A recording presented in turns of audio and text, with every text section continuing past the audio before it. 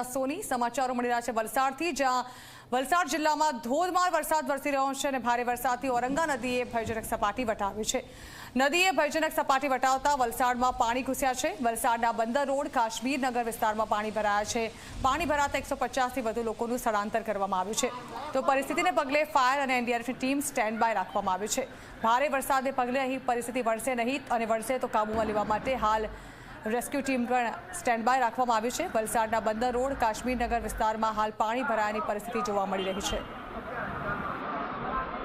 વલસાડ જિલ્લામાં ઉપરવાસમાં સતત પડી રહેલા વરસાદના કારણે વલસાડની જે ઔરંગા નદી છે, વલસાડની ઔરંગા નદીએ પોતાની ભયજનક સપાટી વટાવી છે. ત્યારે ઔરંગા નદી છે 6 મીટરે પહોંચતાની સાથે જે ઔરંગા નદીના પાણી છે તે શહેરી વિસ્તારોમાં ઘૂસી રહ્યા છે.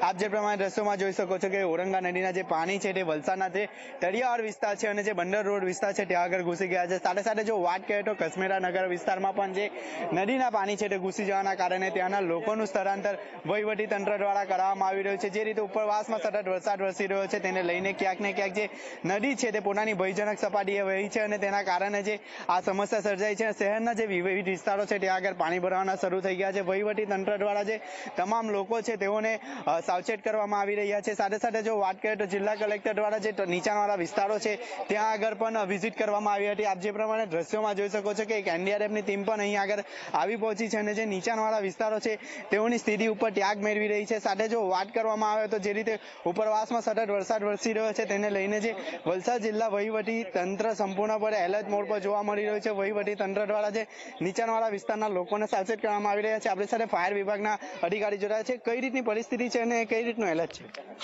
ઉપરવાસમાં વધારે વરસાદને કારણે એલર્ટ આપવામાં આવેલું છે.